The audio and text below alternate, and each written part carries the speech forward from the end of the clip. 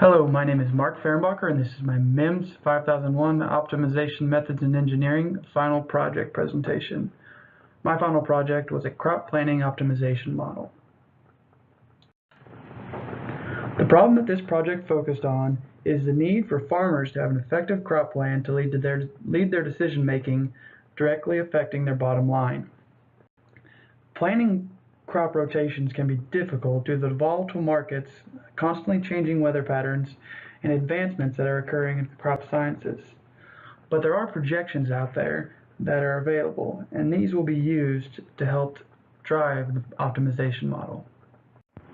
The goal of this project was to create the optimization model based on the yield and cost projections previously mentioned while operating within the real-world limitations. The model was going to be based on the 600-acre Fehrenbacher family farms located in southeast central Illinois, with the variables for the model being used based on the acreage of each crop type.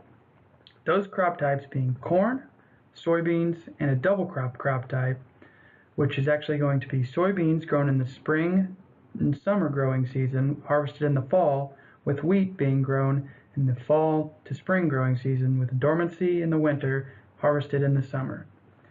The limitations that are being established are based on the operating cash available, the need for crop diversity to minimize risk, and acreage utilization limits. The optimization model constraints seen here include an operating cost limitation, which requires the operating note for a given year to be less than $160,000, an acreage limitation, which is equated to 600 acres based on the Fehrenbacher family farms model, and a crop diversity limitation, which requires a single crop type to be less than or equal to 65% of the total acreage. For this instance, soybeans and double crop will be considered the same crop type, since soybeans are the primary crop in each of those types. A secondary objective will be that the crop plan to include a rotation that limits the repeating a crop type in a given field for less than or equal to 2 years. A MATLAB optimization model was created, and as you can see below, it reads in USDA projections for net profit and operating cost based on the crop type. Those projections, as well as the previously mentioned constraints, were used to create a continuous solution which optimizes net profit for a given year. The continuous solution was then used to create a discrete solution based on the acreage breakup per field.